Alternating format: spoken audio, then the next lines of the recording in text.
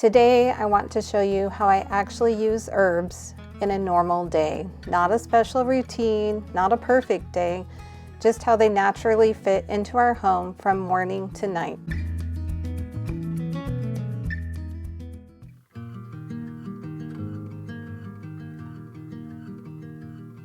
First, I'm taking you through my day with herbs, from tea I drink in the morning to the herbs I use in our main meal of the day, both in the main dish and in baked goods. Today, stay until the end as I take you into the harvest kitchen, where we'll make rose and lemon balm facial water and violet leaf salve.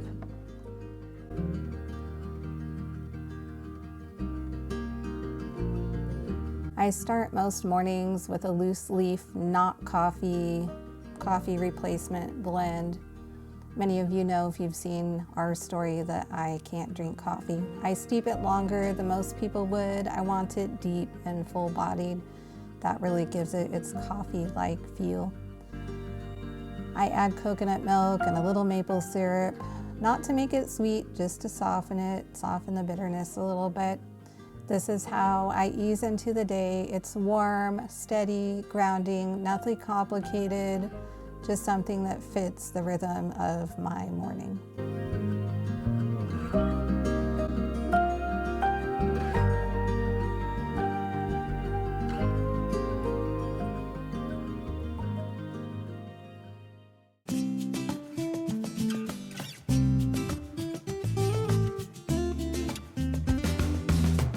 It sure is frosty in the mornings here. It's still winter and it's been down in like 25 or 30, and that means it's time for chili. So out comes the meat to be defrosted, and we're going to put away a few things. I'm going to start my kombucha up again because I neglected it and it molded and became a very interesting science experiment, we will say. And so I'm going to get some sweet tea brewing here. You might think this looks really strong, and there's a reason.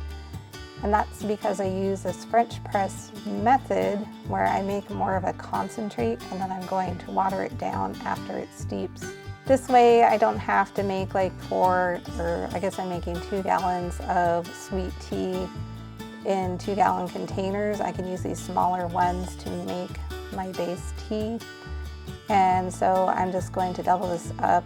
In the meantime, I need some chapstick. That wood stove, I tell you, dries out everything in this house. If you would like to grab the kombucha recipe, I make this continuous brew style. I will leave a blog link down below and you can grab all the measurements and everything there. So my tea is ready. I need to let it steep, and in the meantime, I have to get the spring magazine done. It's winter outside, but the printers and the magazine are not going to wait. And by the magic of video, my tea is ready. So I'm going to put that in a 1/2-gallon canning safe jar so it's okay for the heat. I'm going to cool it off with this water. Not only does the water help me to make 2 gallons at one time, but it also brings the temperature down faster so that I don't burn my SCOBY. And into my continuous brew container it goes.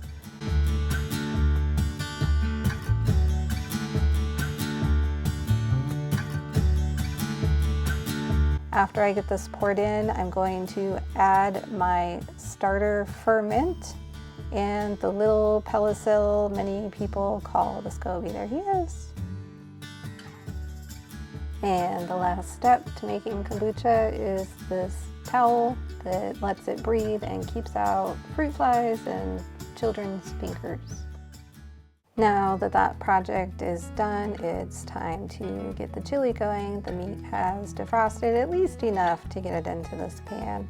I might have to tear it apart a little bit, but that's the great thing about ground meat, is that it will cook fast anyway, even if it's not totally defrosted. While that is browning, I'm going to get some onion cut up to put inside with the ground meat and for the chili. And I'm thinking about what I might make to go with this. Cornbread is good, but I would like to try something new. And I'm thinking of a way to maybe make the cornbread more savory instead of sweet, because we do a lot of sweet in this house. and a savory one sounds different and interesting and a nice little twist for the day. Let's see what basic recipe we can start with. Well, I decided on cornbread muffins, but I'm going to use a whole wheat, freshly milled einkorn flour. Now that I have that ground, I'm going to add my flour and I'm going to add my cornmeal. And what is going to give this recipe a little savory twist is some thyme. We all need more thyme, don't we? And I'm also going to put some Parmesan cheese in here and actual corn kernels. A very interesting cornbread muffin. The reason I went for a cornbread muffin, it's going to cook faster than regular cornbread. So these should only take 25-ish minutes, whereas cornbread is going to take like 45. So I get to be more creative with less time. And that is one of my favorite ways to do things here on the farm. This is a really normal way the herbs show up here on the farm. They just get folded right into the food that we are already making. Now that those muffins are in the oven, it's time to get the sauce ready for my chili, and for my base I'm using dehydrated tomatoes and some water. These dehydrated tomatoes are a staple in our house and our farm kitchen. If you would like directions on how to make your own, I will leave a link on those below. But the star of the chili is the spices, and I put a lot of spices in here. Garlic powder, onion powder, paprika, pepper, and the secret ingredient is some cocoa powder. And with that, you have one fine tasting chili ready to go to serve a crowd of people who will have full bellies and smiles on their faces.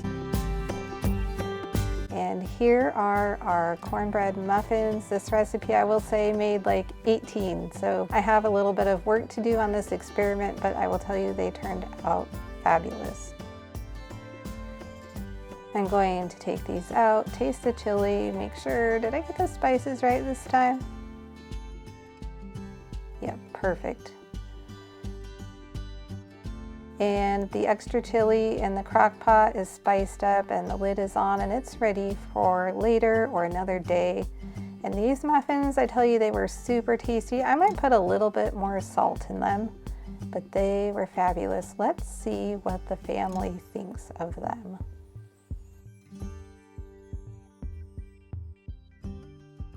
The farmer is always happy to try things out for us. And the hungry workers down from the tea shop are ready to eat their main meal of the day.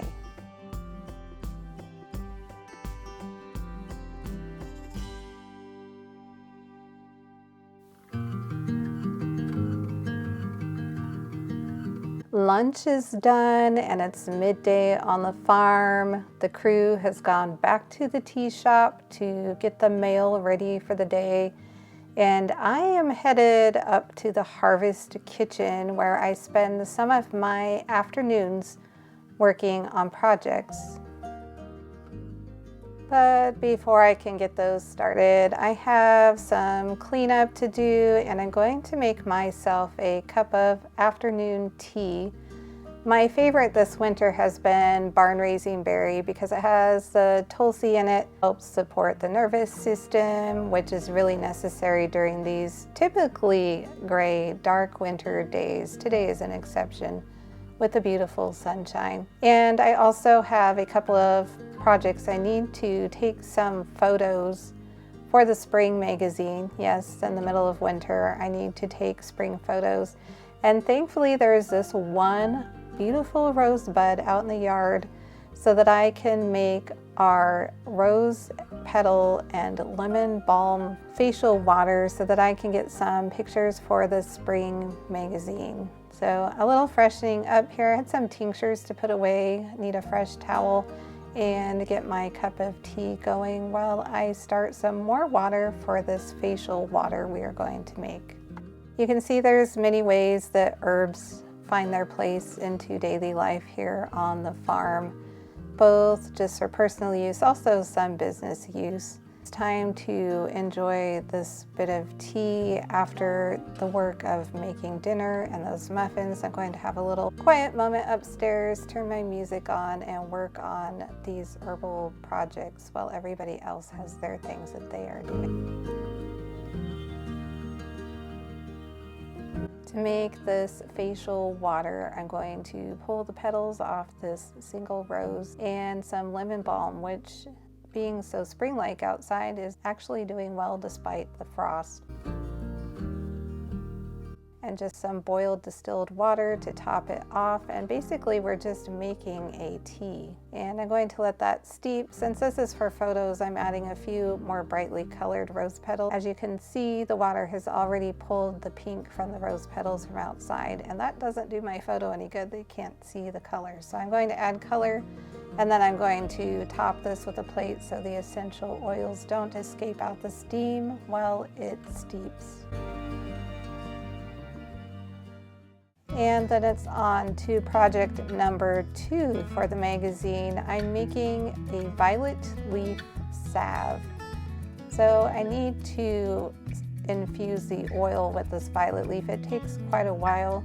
We're using the quick method. You can do in 3 to 5 hours, and I'm just going to show you the beginning and the end here so that I don't keep you during all that time. The rose and lemon balm tea is finished steeping, so I'm going to go ahead and strain that now. And that spoon was not working so well, but you know what? This little French press is going to do the job. We're using that a lot today, aren't we? It is one of my favorite tools. So we're going to strain it this way. It's much faster, and there is our facial water ready to go. A little bit of decoration so I can grab some photos for the magazine.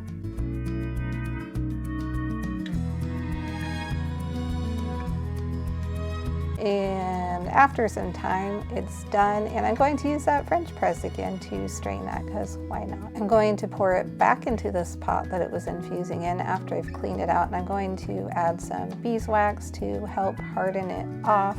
And we're going to go ahead and get that melted here in my makeshift double boiler. And in the process, get some salve tins. Make sure you put something underneath those, because I have yet to pour this without dripping all over. And it's great if you can just toss whatever is underneath it with the wax on it and not have to clean it up, especially if you're using one of your favorite cutting boards. Careful now, it's hot from being in the water, and we're going to get these poured and let them cool. This will make several tins for my photos. I'm just going to make a couple real quick. I think sometimes herbs can get overcomplicated, but it can really be as simple as adding some thyme to your cornbread, or maybe a simple tea into a facial wash. It doesn't have to be complicated. And with that, my friends, it's getting dark, and so I will catch you on the next video.